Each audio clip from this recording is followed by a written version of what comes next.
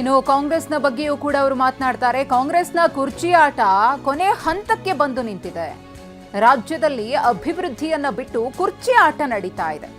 ಮಳೆಯ ಸಮಸ್ಯೆಗಳನ್ನ ಸರ್ಕಾರ ಬಗೆಹರಿಸಿಲ್ಲ, ರೈತರಿಗೆ ಧೈರ್ಯ ಹೇಳೋ ಕೆಲಸ ಮಾಡ್ತಾ ಇಲ್ಲ ಅಂತ ಹೇಳಿ ರಾಜ್ಯ ಕಾಂಗ್ರೆಸ್ ಸರ್ಕಾರದ ವಿರುದ್ಧ ಎಚ್.ಡಿ. ಕುಮಾರಸ್ವಾಮಿ ಅವರು ವಾಗ್ದಾಳಿಯನ್ನ ನಡೆಸಿದ್ದಾರೆ.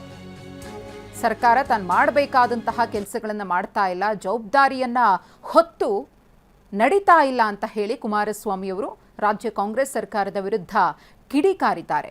ಅಭಿವೃದ್ಧಿ ಕೆಲಸಗಳು ರಾಜ್ಯದಲ್ಲಿ ಆಗ್ತಾ ಇಲ್ಲ, ಮಳೆ ಬರ್ತಾ ಇದೆ, ಮಳೆಯಿಂದ ಅನಾಹುತಗಳಾಗ್ತಾ ಇದೆ, ರೈತರು ಬೆಳೆಗಳನ್ನು ಕಳ್ಕೊಳ್ತಿದ್ದಾರೆ, ರೈತರಿಗೆ ಧೈರ್ಯ ತುಂಬುವಂತಹ ಕೆಲಸವನ್ನ ಮಾಡ್ತಾ ಇಲ್ಲ, ಎಲ್ಲದರಲ್ಲೂ ಕೂಡ ರಾಜ್ಯ ಸರ್ಕಾರ ವಿಫಲವಾಗಿದೆ ಅನ್ನೋ ಆರೋಪವನ್ನು ಮಾಡಿದ್ದಾರೆ ಎಚ್.ಡಿ.ಕೆ.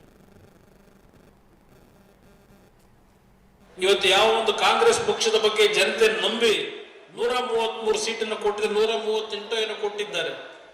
ಇವತ್ತು ಯಾವ 3 ವರ್ಷದಿಂದ ಜನತೆಯ ಸಮಸ್ಯೆಗಳಿಗೆ ಗಮನ ಕೊಡದೆ ಕೇವಲ ಒಂದು ಮುಖ್ಯಮಂತ್ರಿಯ ಕುರ್ಚಿಗೋಸ್ಕರವಾಗಿ ಇವತ್ತೇನು ನಡೀತಾ ಇದೆ ಅವರ ಆಟಗಳು, ಡ್ರಾಮಾ ಅದು ನಡೆಸ್ಕೊಳ್ಳಿ. ಅವರು ಇನ್ನೇನು ಮುಗಿತಾ ಬಂತು ಆ ಡ್ರಾಮಾ, ಕೊನೆಯ ಹಂತಕ್ಕೆ ಬಂದಿದೆ.